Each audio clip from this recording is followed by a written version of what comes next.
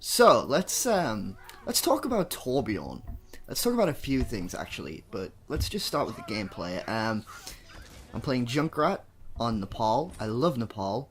There aren't any Torbjorns in this game, nor are there in the game that I'm going to show you a bit later. But nevertheless, I think these are a couple of good games. I really like Junkrat on this map. And not so much on this point, but on the next point you'll see I do some pretty kick-ass things.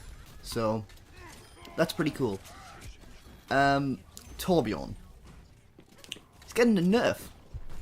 I'm pretty sure a lot of people will have talked about this, but on console, Torbjorn is going to get a nerf. Specifically, 30% damage reduction to his turret. Now, that's really interesting because for me, when I played the beta, a lot of people complained about Torbjorn.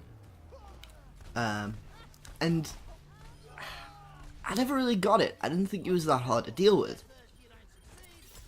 Then comes release, and I'm still kind of preaching that. In fact, I think Torbjorn in many ways is the worst character in the game, because there are a multitude of situations he is just terrible in. I mean, he's really good on defense, okay, but he's not that good on attack. And if you're on a defense map, I can't remember what the game mode is called, but when you're on a defense map where once they capture the point they move a payload, Torbjorn then becomes kind of bad, you know, because the enemy team should theoretically be constantly moving. They have this payload to hide behind, there's buildings, you know, there's all kinds of things. It's harder to get a good defensible position until the very end. So there's that, and there's just several other... Got wrecked by that ult there. There's just several other kind of situations where Torbjorn just isn't that good, where most of the other characters, you know, with the exception of something like a Symmetra, can thrive. So there's that. But recently, playing the game, more and more, I've been noticing that Torbjorn is a problem. On console, this is. Now, many people have highlighted this before me. It's no secret. On PC, aiming is more precise. It's faster, it's smoother. And you can communicate with your team more. In the original Reddit thread, I believe where it was first said that they're looking at Torbjorn, a guy posted a message saying that for him on the PS4, Torbjorn's ruining the game. And part of the problem was that the teams can't coordinate very well because there's no text chat and very few people use their mic on console, and that's very true. This is a team-based game. It is all about coordination. Playing solo is ridiculous. Even playing with a couple other people when the enemy team's just walling up with Torbjorns, because it's gotten to the point now where when a team is playing defense, they play nothing. Like these days, I don't see a team playing defense without at least 2 Torbjorns, okay? Yesterday I played, and in every single game I played, there was at least 2 Torbjorns just on one of either team. And that wasn't even just on defense, that was just every fucking game, right? Apart from actually, I think, 1. So, and it's very common to see 5 or 6 Torbjorn teams. I played a team yesterday on Volskaya Industries. It was 5 Torbjorns and a Widowmaker. And there's just not that much you can do about that unless you can coordinate your team and say, okay, we're going to have 2 Reinhardts, 2 soldiers, 2 Mercies. A Mercy for each soldier who's going to be back behind the Reinhardt. You know, you can move back to back, all this kind of stuff, and you can get damage buffed and wreck the turrets. And the Widowmaker's fairly inconsequential against Reinhardt's shield, right? Or maybe, you know, there's other ways of coordinating a bunch of divas, whatever it might be. But it's really difficult to do that unless you're playing with a full party. So, on this map on Volskaya Industries, I actually had a really good team. We won the first point, though I capped it almost... I was playing Lucio, and I capped it almost by myself. There was this guy playing Soldier on my team who was pretty good. But We capped the first point, but the second point was impenetrable, and my team was trying. They were switching to the outs, they were switching to Pharah or to Widowmaker, you know, Junkrat, whatever it might be. They were trying, and it wasn't working because it's completely inconsequential, especially when the spawn's that close. You destroy a turret, they'll be back in a few seconds and set up another one. But even then, once you've destroyed one turret, there's another 2 or 3 at any one time. And the other thing is, when there's 5 Torbjorns, every few seconds you hear Molten Core! It's ridiculous. There's nothing you can do in that situation. And I didn't actually think Blizzard were going to address this, because when people have complained about it on Twitter, and a lot of people have complained, the general consensus has been, well, you can switch to such and such a hero to counter them. And I thought Blizzard were pretty stuck on this, even though they are good for what they've been doing to balance the game so far. But it looks like they are. A 30% damage nerf on his turret. And that's a really powerful thing. That makes... I'm not sure the exact figures. I think it's reduced to 9 DPS per second or something like that. DPS per second. That's a tautology. 9 damage per second. I think 4 against armor, which I believe means D.Va can just wreck him. So that's really good news. But here's my problem. And we're about to transition into the next gameplay here, but first we're going to get to play the game, which wasn't an ult of the game, funnily enough.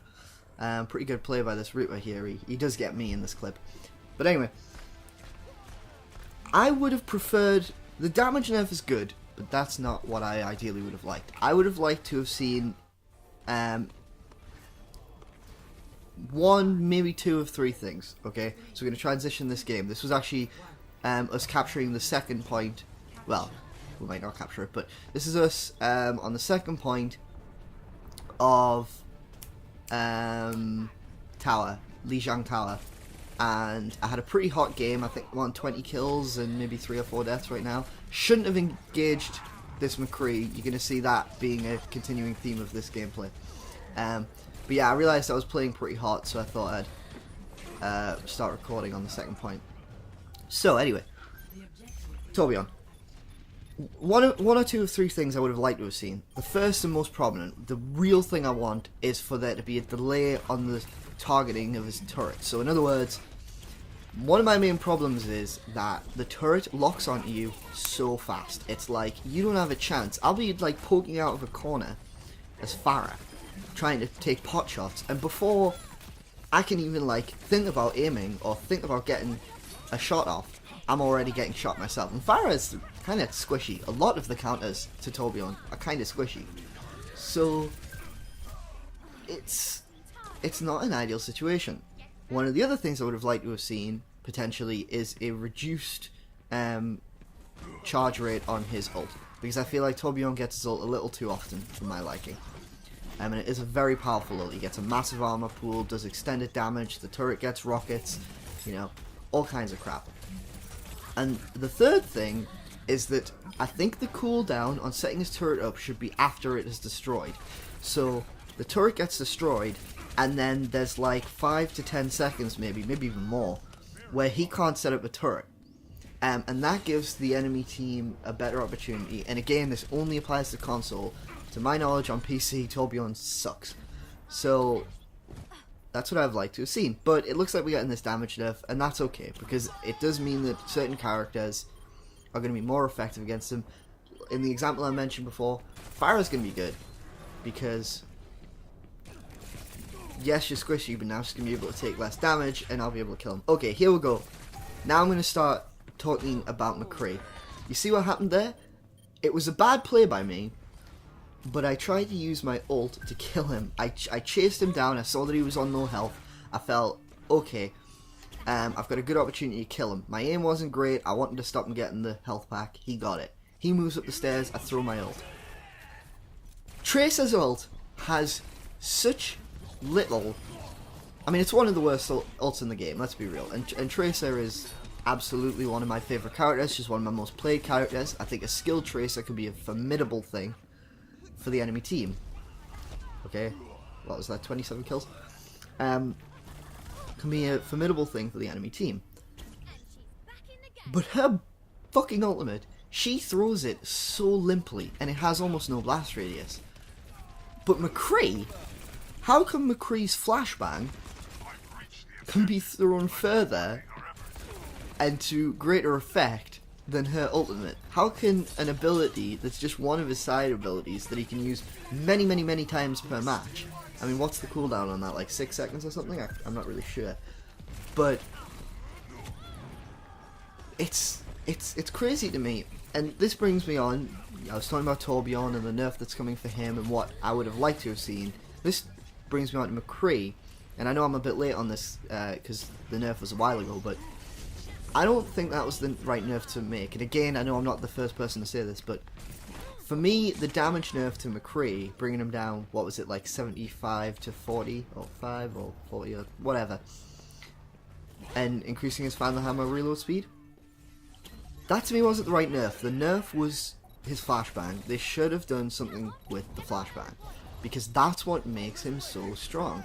It literally means that in close range engagements, basically no character can kill him, and the damage nerf wasn't enough, because a decent McCree player, you don't even really need to be good, just decent, can panic throw the flashbang, fan the hammer, roll fan the hammer, and get a decent hit ratio. Because you got to bear in mind, in most engagements, you're gonna have other team members around you, and they're probably gonna have other team members around them. But it's just crazy to me that they didn't nerf the flashbang. And also, I suppose I should mention, if they're gonna nerf McCree, they'll probably buff him in some way too. I'm not really sure how, but you saw too many times in that gameplay I tried to get up close with the McCree. So yeah, shouldn't really get so close to McCree because you get wrecked. But that was really good Zenyatta, constantly throwing out Discord orbs. Anyway, that does it for this video. I'll probably be talking about Torbjorn after the nerf, testing him out. But until that time, I'll just say TTFN.